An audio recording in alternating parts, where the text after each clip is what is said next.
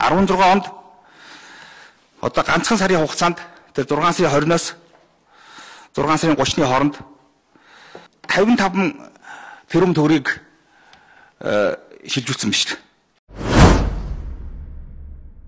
75 сая долларын зээл аваад тэрний 55 сая долларын буцаагаад өөрийнхөө тэр компаниор шилжүүлсэн байна. Өөрсдрүүгээ.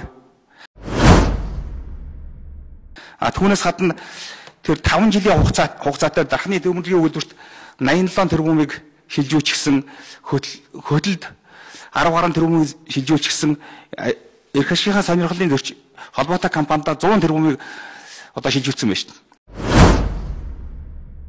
Инхээр чинь одоо энэ Эрдэнэтийн 16 онд авах ашиг өгөхтөр ногдол бууралгүй яах вэ? Тиймдээ ч одоо 100 гаруй тэрбум бас 120 тэрбум болж байгаа. Тэгээд хувьд очиод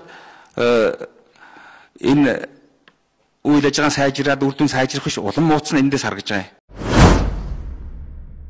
Гэхдээ хувьд авахтаа зүгээр нэг хувийн компаниуд нийлээд одоо шудраг хөдөлмөрөөр бий болгосон баялгаас нийлээд ингээд авчихсан бол өөр хэрэг байхгүй юу? Энэ хэдэн компани нийлээд.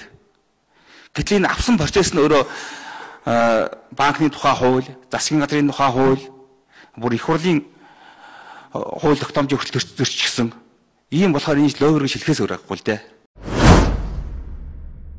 Энэ дээр бол одоо тэр авилгатай тэмцэх газар прокурор нь бол хэрэг биш гэж үзээд байдаг юм бол их хурлаас ер нь чиглэл гаргаад хууль хяналтын байгууллагт өгөх ёстой. Ингэж бид асуудлыг шийдэл л дээ.